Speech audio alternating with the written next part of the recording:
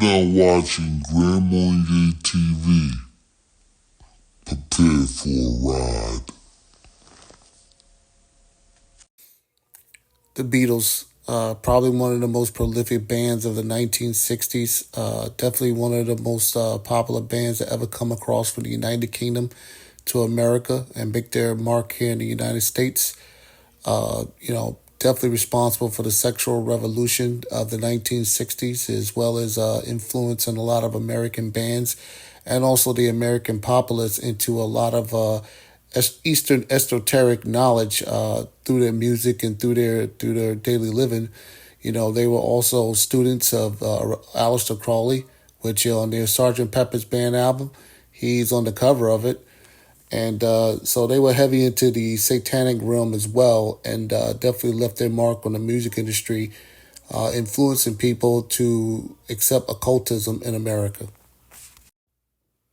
Helter Skelter is the name of a song from the Beatles album from the 1960s. However, the language that is written in is witch language, and nobody outside of witchcraft really knows what Helter Skelter actually means. But the song that the Beatles wrote is actually a song about an upcoming race war that was going to happen. Maybe I'm assuming in the United States. I can't tell you that for sure. But the Manson family actually committed the murders because of this song. What about Charles Manson? Was he demon possessed? Also about the book and everything. All right. Manson belonged to, I had to belong to many brotherhoods, okay? Manson, the brotherhood that he belonged to is called the Process. The only brotherhood I worry about. They are so radical that in order to kill me, they would gladly give their own life up right in a meeting. They were run out of England for human sacrifice. They have the inner and the outer process. The outer process is a good group. They have free coffee houses, free clothing, free places to live, and so on. The inner practice human sacrifice. They teach four-God system. Yahweh as the evil God, Lucifer as the good God, Jesus as one being punished because he spoke against Satan, and Satan as the earthly God. And they wear a cross, big silver cross, with a serpent engraved on the cross, showing that Satan and Christ are one through the cross. They were rolled up. They were a contract. He was paid to do it. Kate was breaking away. Her husband knew about it. Her husband went over to establish an alibi in Europe. The money came down. $50,000 came down from Toronto to New Orleans, and poor Manson only got $2,000 of it by the time it went through all the sticky fingers. But that's what the Tate killings were about. The others just happened to be there. She wanted out, and you don't get out unless you come through Christ. And she didn't think about trying out. And her mistake was she warned him in advance. She was arguing with her husband. She was having a baby, and she didn't want the baby raised up in it, and she wanted out. And if you remember the trial script from the book, that's the one thing she begged. She says, she kept repeating over and over, don't kill me, don't kill my baby. Her baby was what she cared about. And that's the information that I have on it. I belong to the New Orleans branch, and he was called a field disciple or an evangelist from the New Orleans branch of the Process. They were the people who first tried to kill me. The first incident that ever happened from them. They're very, very radical. They're located in, they've got a few scattered undercover groups in L.A., but they've got an open chapter in Frisco. Any other questions? Sharon Tate, though she was a victim in these heinous murders, was not totally innocent. This woman was heavily involved in the occult, heavily involved in satanic worship. Both her and her husband, Roman Polanski, famous director who was accused of pedophilia back in 1977, but I'll get into that later in the video. Sharon Tate, her last movie was called The Devil's Eye, and just watch the clip and you'll see for yourself. She was heavy into witchcraft.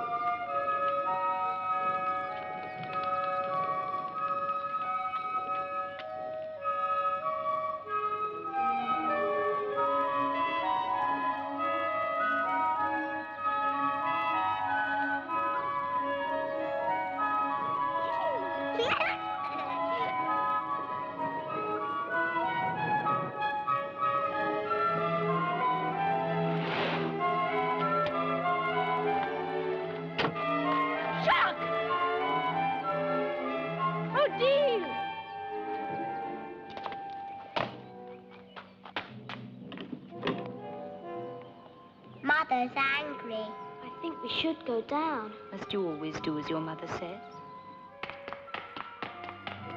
Mama saw you on the parapet, so she'll tell Papa.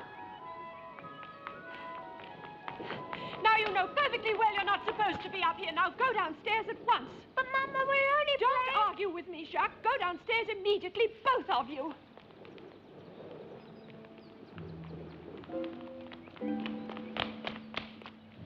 How could you let Jacques do that? How could you? He might have been killed.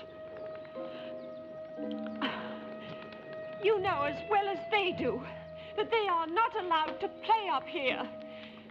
Christian and I were playing on the roof at home and here when we were far younger than they are. Because nobody cared enough to stop you. But I do care about my children, and I don't want you seeing them anymore. But don't you think that kind of ultimatum should come from Philippe? Well, has Philippe said nothing to you about Christiane and the children? Did he say he would? Did he lie to you? Oh, but you must be used to that by now. Men always lie. Personally, I have no use for them, except for Christian. But then he's different. Catherine, what's the matter? Is the sun bothering you? Are you all right? Would you like to go in? You're getting very tired. Would you like to go in? Your eyes are heavy. Very heavy. You must go to sleep.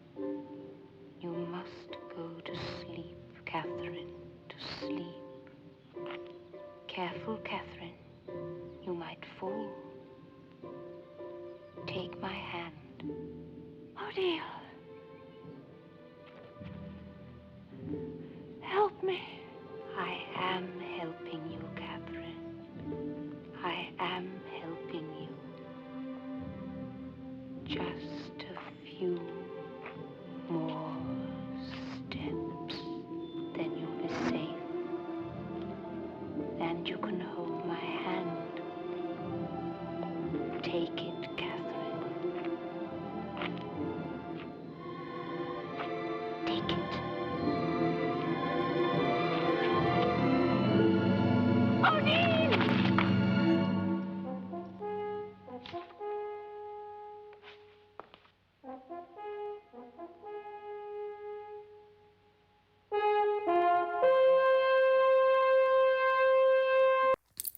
Roman Polanski, an award-winning director in Hollywood who has won many awards, who Hollywood loves to celebrate, even though this guy was caught in Jack Nicholson's home back in 1977 taking pictures of a 13-year-old girl and fled the country over to France and then also his native Poland. But what a lot of people don't know about Roman Polanski is after the Sharon Tate murders, he also accused Bruce Lee of being the prime suspect in the murder of his wife, which eventually caused Bruce Lee to be deported back to China. Now, Roman Polanski is most famous for a movie that came out in the 1970s called Rosemary's Baby, which is a film about the Antichrist being conjured and implanted into a woman who lived in a famous apartment building called the Dakota Apartment Buildings on the Upper West Side of Manhattan, which, that building itself has a history that is well documented. There was a doctor there in the late 1800s that they actually set on fire because he actually was doing satanic sacrifices. So I'm going to put this clip on and you guys, decide, or if you want to watch the movie, decide exactly what is what. What have you done to him, you maniac? Satan is his father, not Guy. He came up from hell and begat a son of mortal woman. Hail, Satan! Hail, Satan! Satan is his father, and his name is Adrian. He shall overthrow the mighty and lay waste their temples. He shall redeem the despised and wreak vengeance in the name of the burned and the tortured. Hail Adrian! Hail Adrian! Hail Satan! Hail Satan! He chose you out of all the world, out of all the women in the whole world. He chose you. He arranged things because he wanted you to be the mother of his only living son. His power is stronger than stronger. His might shall last longer than longer. Yes, Satan! No! It can't be! No! Look at his hands and his feet. Oh!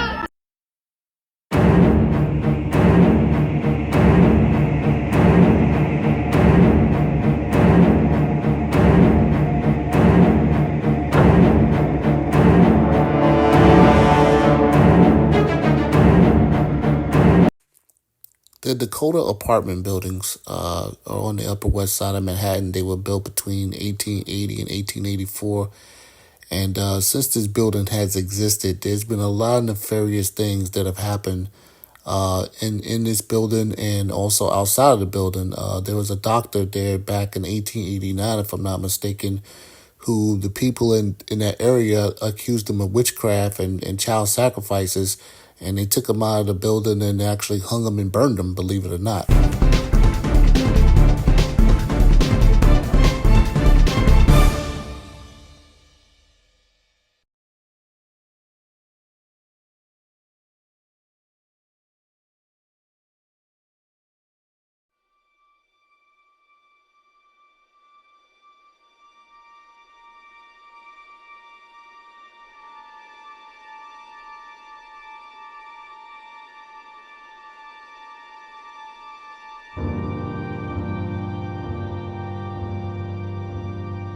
The Dakota.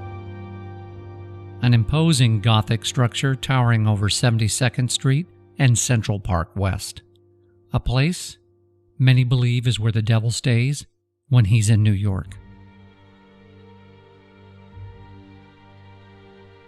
Designed by Henry J. Hardenberg and constructed between October 25, 1880 and October 27, 1884. Named the Dakota because at the time of its construction, the area was so sparsely inhabited and remote it resembled the Dakota Territory. From the more populated sections of Manhattan, it almost seemed more of an outpost than a high-class apartment house. This, of course, would be long before it became the satanic setting of Roman Polanski's film, Rosemary's Baby, and where the murder of John Lennon would take place in December of 1980.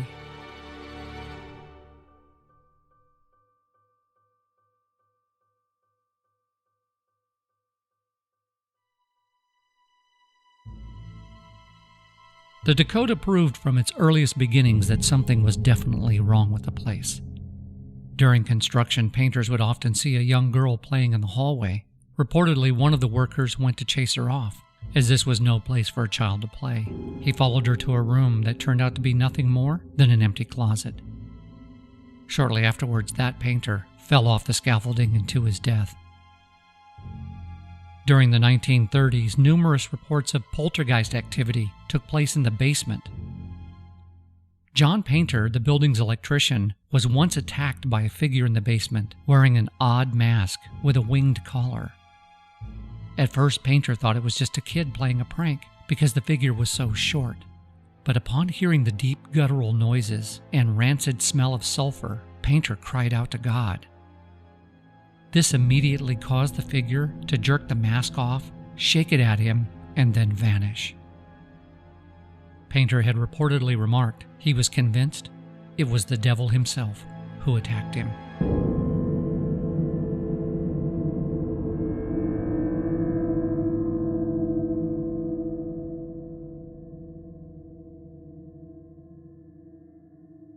Many have said the top floor had once belonged to an unnamed resident who walked the floor every night, never stopping until the dawn.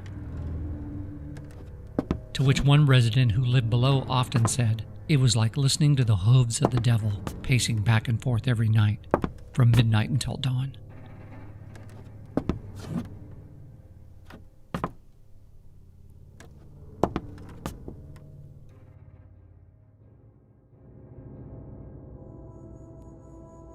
However, the height of the mystery comes after Ira Levin's best-selling novel Rosemary's Baby is turned into a film.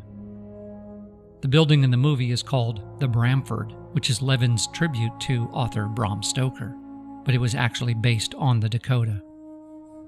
For those of you who do not know the story of Rosemary's Baby, it is about a young couple who are just starting out in life. The husband is an actor and desires fame and fortune. They meet an elderly couple who live across the hall from them, befriend them, only later to learn through a series of disturbing events that they are part of a coven. And unbeknownst to Rosemary, her husband has offered up their first child in exchange for a life of wealth and celebrity.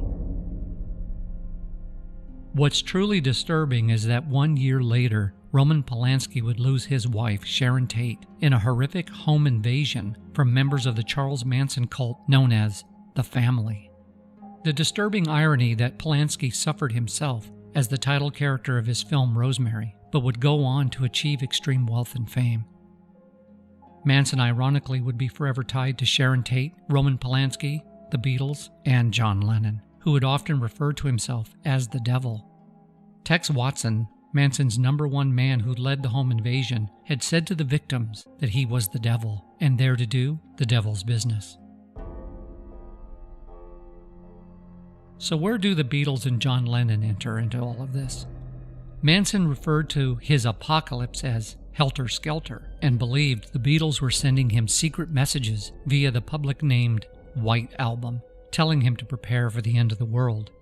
In a bizarre triangle, John Lennon's music would be used as an excuse to commit murder on Sharon Tate, who was married to Polanski, who chose to film his satanic love letter, Rosemary's Baby, at the Dakota, where John Lennon would live himself, and later be murdered in the building's entrance. Is it all coincidental? Circumstantial? Or does the devil still reside at 72nd Street and Central Park West?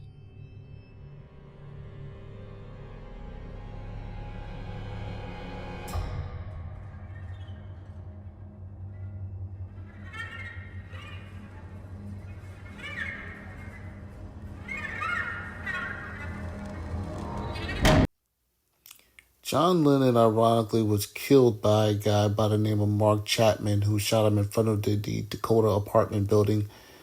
And the strange thing surrounding that apartment building is that they don't allow just anybody to live in there. The who's who of who living inside that apartment building to this date. And they're very particular about who they allow in, which is sort of depicted in the movie Rosemary's Baby. But Mark Chapman was listening to the same song that Charles Manson was actually listening to, which is Helter Skelter, which inspired him to come and kill John Lennon. Thank you for watching Rambo and Gay TV. Don't forget to hit the like and subscribe button. And thank you all for watching. God bless you all.